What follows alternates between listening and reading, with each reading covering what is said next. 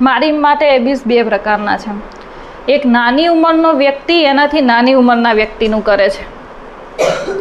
Means કે તમે વિચારો કે 10 વર્ષનું છે કોઈ, યા પછી 7-8 વર્ષનું છે, અને એને આ બધું ક્યાંક ને ક્યાંક જોયું છે, એને ખબર નથી કે હકીકતમાં શું કરી રહ્યું છે અને કેમ કરી રહ્યું છે.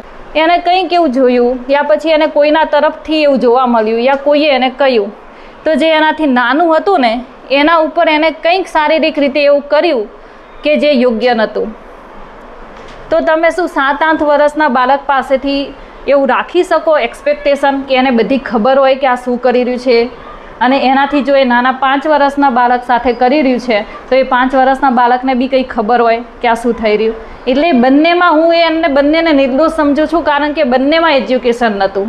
હવે શું થશે, એ 5 વર્ષના બાળકને ખબર હોય કે ના હોય કે એના સાથે શું થયું હતું, પણ જે 10 વર્ષનું બાળક છે ને એને ખબર હશે કે એને શું કર્યું હતું, કારણ કે ત્યારે એને યાદ રહેતું હશે અને આખી લાઈફ યાદ રહેશે.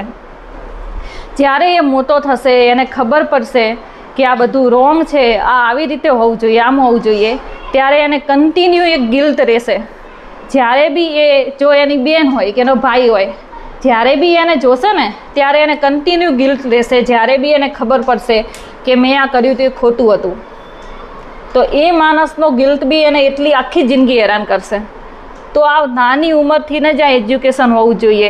બેડ ટચ અને ગુડ ટચ હવે એટલે શીખવાડવામાં આવે છે કે 5 વર્ષના બાળકને બી ખબર હોય કે અહીંયા મને કોઈ ટચ કરે તો મારે એને ના પાડવાની છે. 7 વર્ષના બાળકને બી ખબર હોય કે મારે અહીંયા કોઈને ટચ નથી કરવાનું.